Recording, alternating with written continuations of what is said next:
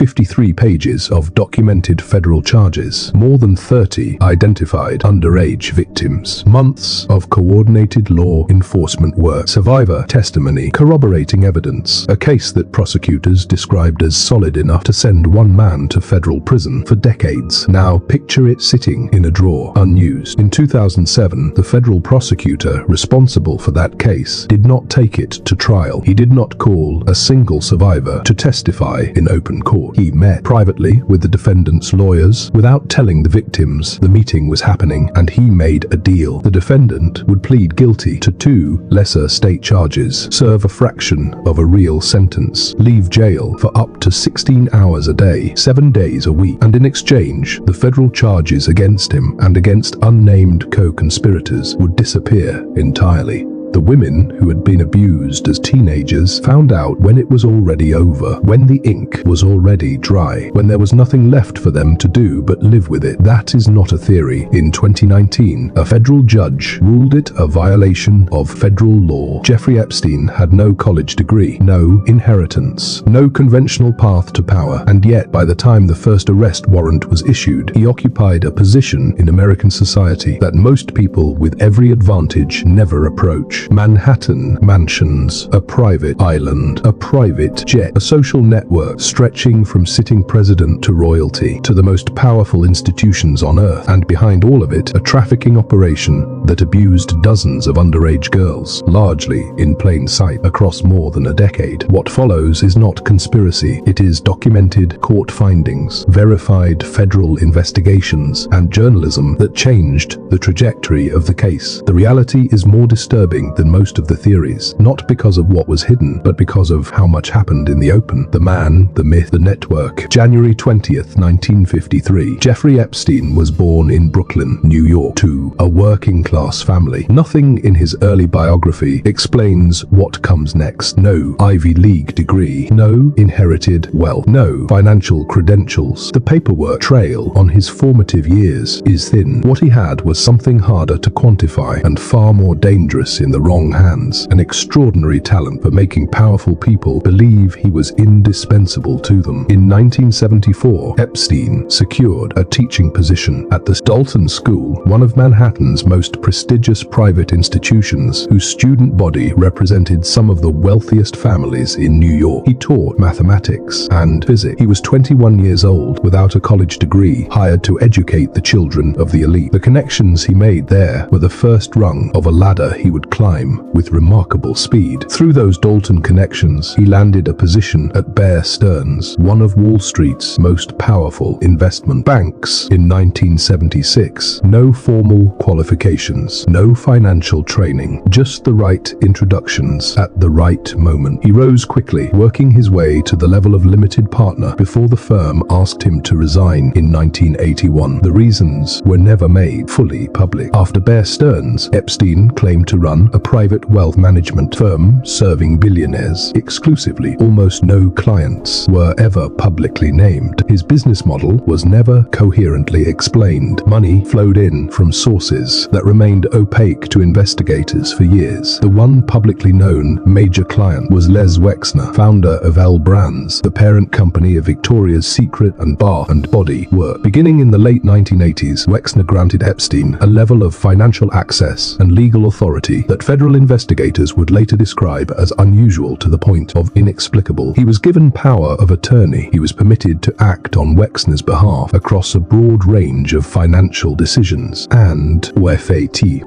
then came the townhouse, a 9-story mansion at East 71st Street in Manhattan, one of the largest private residences in New York City. Wexner transferred it to Epstein for a documented fraction of its market value. That building became Epstein's primary New York residence. Investigators later established it was also a site of abuse. Wexner stated publicly that he severed ties with Epstein in 2007, describing himself as a victim of financial manipulation. The full architecture of their arrangement was never publicly resolved. The properties told the story of wealth that no documented legitimate activity fully explained. A Palm Beach estate, a ranch in New Mexico spanning thousands of acres, an apartment in in Paris, and Little St. Wefnite James, a private island in the U.S. Virgin Islands that would later face government legal action over activities conducted on its grounds. In public, he cultivated a carefully constructed identity. He funded scientific research. He hosted intellectual gatherings attended by Nobel laureates, tech executives, and academics. He inserted himself into serious conversations about mathematics, consciousness, and evolutionary biology. He made powerful people feel that associating with him elevated them. Standing beside him throughout all of it was Ghislaine Maxwell. Maxwell was the daughter of Robert Maxwell, a British media mogul of enormous wealth and enormous controversy, who died in 1991 after falling from his luxury yacht near the Canary Islands. The circumstances of that death were never conclusively explained. His estate was found to be billions in debt, largely from pension funds he had secretly raided. Ghislaine Maxwell, stripped of the financial security she had grown up with, moved to New York. She became a prominent figure in Manhattan's elite social circles. She became, according to federal prosecutors, the operational engine of Epstein's trafficking network. They alleged she recruited girls, groomed them, built the Msstories infrastructure of access and control that made the operation function, and participated directly in the abuse of minors. In December 2021, after a trial at which survivors gave testimony, a federal jury convicted Ghislaine Maxwell on 5 counts, including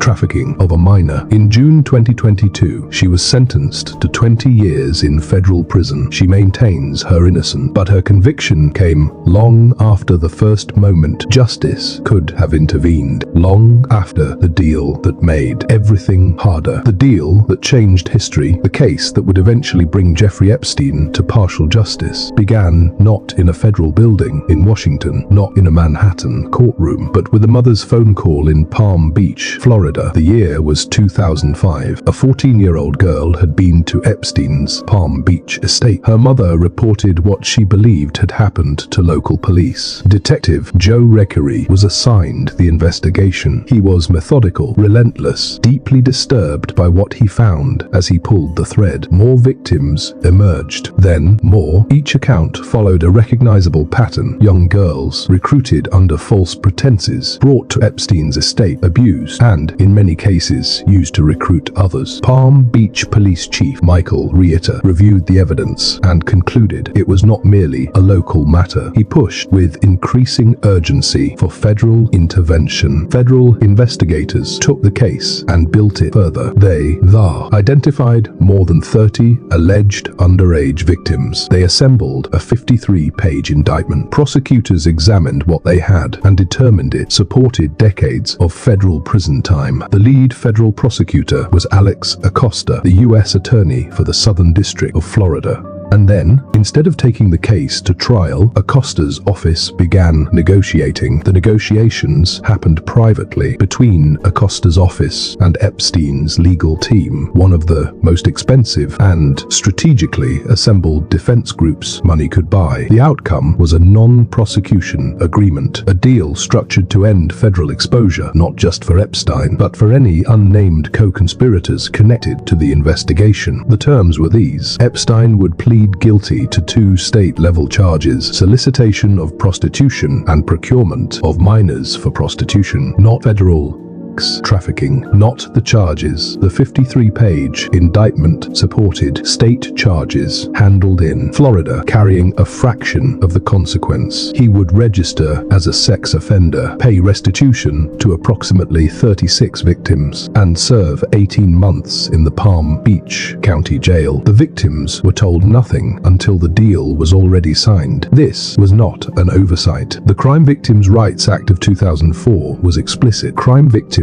have a legal right to be informed of and consulted on plea agreements before they are finalized. Acosta's office did not do this. The victims were presented with a decision about their own cases made by people with the power to make it without ever asking them. In June 2008, Epstein pleaded guilty. 18 months became the sentence. He served 13, but the number of months is not the most disturbing part. During those 13 months, as a convicted ex-offender, Epstein was permitted to leave the Palm Beach County Jail for up to 16 hours a day, 7 days a week. Under a Bureau of Prisons work release classification, he traveled to his West Palm Beach office. He met with employees. He received visitors. A man convicted of procuring minors for prostitution spent the vast majority of every day outside the jail that was meant to punish him. 2 survivors filed suit against the federal government immediately. They did not give up. They litigated for over a decade, and in February 2019, federal judge Kenneth Mara ruled in their favor. The Non-Prosecution Agreement had been structured in deliberate violation of the Crime Victims' Rights Act. Survivors had been intentionally excluded from the process designed to protect them. By the time that ruling came down, Alex Acosta was no longer a federal prosecutor. He was President Donald Trump's Secretary of Labor. Why a 53-page federal indictment was set aside in favor of a deal that left survivors uninformed and a convicted